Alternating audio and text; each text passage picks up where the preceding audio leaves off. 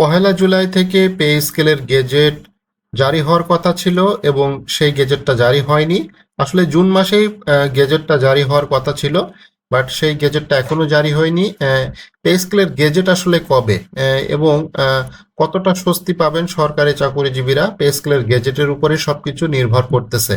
আপনারা জানেন গতকালকে পহেলা জুলাই ছিল। সেই পহেলা জুলাই তারিখে সরকারি কর্মকর্তা কর্মচারীদের 5% ইনক্রিমেন্ট লেগেছে এবং যে ইনক্রিমেন্টটি লেগেছে সেটা সম্পূর্ণ পুরাতন স্কেলের, অর্থাৎ 2015 সালের অষ্টম পে স্কেলের যে ইনক্রিমেন্ট বিগত বছরে যেভাবে যুক্ত হচ্ছিল ইনক্রিমেন্টটা সেইভাবেই যুক্ত হয়েছে।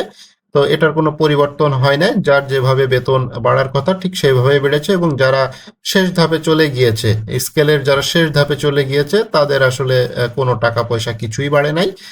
তাদের বেসিকও বাড়ে নাই, তাদের বাসা ভাড়াও বাড়ে নাই এবং বিশেষ সুবিধা যেটা সেটাও বাড়ে নাই, মানে যেটা আছে সেটাই রয়েছে। তাছাড়া নতুন করে কোনো কিছু বৃদ্ধি হয় নাই। তো যাই হোক, পুরাতন স্কেলেই জাস্ট ইনক্রিমেন্ট লেগেছে, নতুন স্কেলের কোনো খবর নাই এবং ইনক্রিমেন্ট লেগে গিয়েছে গেজেট প্রকাশের আগেই। সরকারি কর্মকর্তা কর্মচারীরা খুবই হতাশার মধ্যে রয়েছে। তবে কিছু সূত্র থেকে জানা যাচ্ছে যে আরও একটি বৈঠক অনুষ্ঠিত হবে, পে স্কেলের আরও একটি বৈঠক অনুষ্ঠিত হবে সচিব কমিটির। সেই বৈঠকের পরে মূলত অর্থ মন্ত্রণালয়ে রিপোর্ট পেশ হবে। অর্থ মন্ত্রণালয় থেকে সেটা প্রধানমন্ত্রীর দপ্তরে যাবে, দপ্তর থেকে প্রধানমন্ত্রীর অফিসে সেটা যাবতীয় কাজকর্ম শেষে প্রধানমন্ত্রীর কাছে হস্তান্তর হবে এবং তারপরেই মূলত গেজেট প্রকাশ হবে। এবং এই প্রসেসটা আসলে কতদিন ধরে চলবে সেটা এখন দেখার বিষয়। এই প্রসেসটা আসলে সরকার কতদিন ধরে চালিয়ে নিতে পারে, সেই জিনিসটা সবচাইতে বড় একটা চিন্তার বিষয়।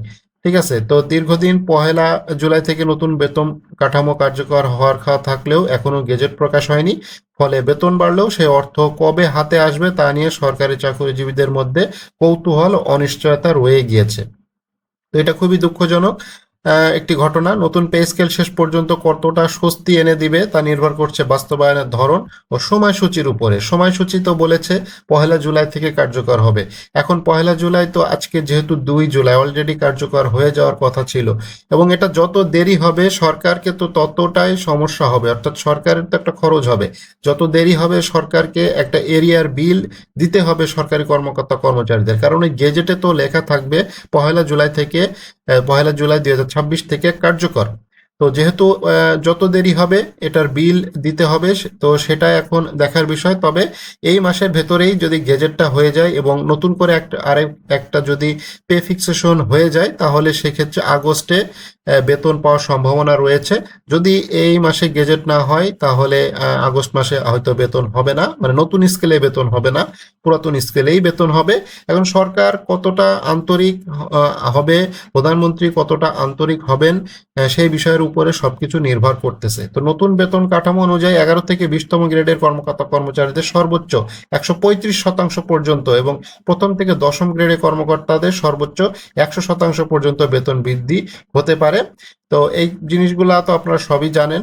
এখন জাস্ট যে জিনিসটা রয়েছে সেটা হচ্ছে আইবাসের মাধ্যমে বেতনটা তাড়াতাড়ি প্রসেস করা এবং গেজেটটা জারি করা, কোন গ্রেডে কত টাকা বেতন বাড়বে। বিশেষ করে এখন যে সমস্যা আসলে না সবাই আসলে জানতে চাচ্ছে, কারণ অনেকের চাকরি 5 বছর, 6 বছর, 7 বছর, 10 বছর, 15 বছর, 20 বছর হয়ে গিয়েছে, তো আরো বেশি হয়েছে। তো যাই হোক, সেই তার বর্তমান যে স্কেল সেই স্কেলটা আসলে কত হবে, ঠিক আছে। এখন পুরাতন স্কেলের সাথে বর্তমান স্কেলটা মিল খেয়ে কত হবে সেটাই অনেকে দেখার বিষয়। এবং সবাই আসলে চাচ্ছে যে পে স্কেলটা তাড়াতাড়ি হয়ে যাক, গেজেটটা তাড়াতাড়ি হয়ে যাক, টাকাটা যাতে সবাই, বেতনটা যাতে তাড়াতাড়ি তারা হাতের জন্য পায়, সেটার জন্য সবাই আসলে অধীর আগ্রহে রয়েছে। শেষ মুহূর্তে এখন জাস্ট কয়েকটা সিদ্ধান্তের উপরে ডিপেন্ড করতেছে। একটা সচিব কমিটির বৈঠকটা হবে আজকে, যেহেতু বৃহস্পতিবার, আজকে অফিস ডে শেষ, শুক্র শনিবার অফিস বন্ধ থাকবে। যদিও সচিব কমিটি ইচ্ছা করলে এর ভেতরেও তারা নিজেদের মধ্যে বৈঠক করতে পারে, যদিও বা না করে তাহলে রবি সোমবারের ভিতরে একটা ডিসিশন বা সামনের সপ্তাহের ভিতরে একটা চূড়ান্ত পর্যায়ের যে ডিসিশন সেটা আসবে। এবং প্রধানমন্ত্রীর যে অর্থ উপদেষ্টা রয়েছে তিনি এটা নিশ্চিত করেছেন যে খুব শিগগিরই হয়তো প্রধানমন্ত্রীর কাছে এটা আসবে এবং তিনি অবশ্যই যেহেতু তিনি প্রধানমন্ত্রী উপদেষ্টা, তিনি মূলত এটি যাচাই বাছাই করে প্রধানমন্ত্রীর কাছে হস্তান্তর করবেন, তারপরেই মূলত গেজেটটা প্রকাশ হবে। তো গেজেটটাই সবকিছু ডিপেন্ড করতেছে। গেজেট হওয়ার সাথে সাথেই মূলত আইবাসে অনলাইনে কার্যক্রম শুরু হয়ে যাবে, অলরেডি শুরু হয়ে যাওয়ার কথা, কারণ যা গেজেট প্রকাশের আগেই যারা সফটওয়্যার নিয়ে কাজ করতেছে তাদের কাছে এই জিনিসটার একটা খসড়া থাকার কথা।